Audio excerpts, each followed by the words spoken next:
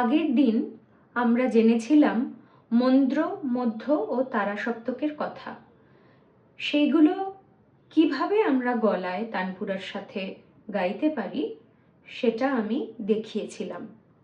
আগের দিনের ভিডিওতে দেয়া কথা মতো আজ হারমোনিয়ামে আরেকবার আমি দেখিয়ে দিচ্ছি। শুরু করছি মন্দ্র সপ্তক দিয়ে।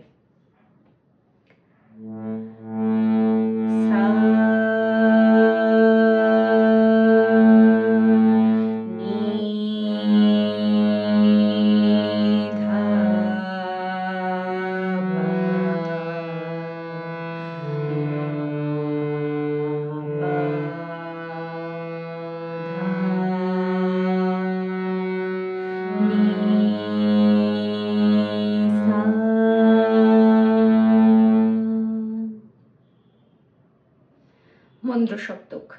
এরপরে আমি আসব মধ্য সপ্তক, মানে সা থেকে নি পর্যন্ত যে রিডগুলো আমরা বাজাই।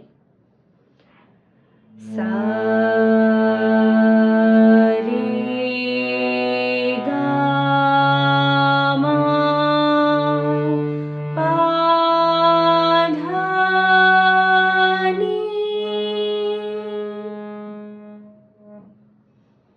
মধ্য সপ্তক। শেষ সপ্তক তারা সপ্তক বা তার সপ্তক।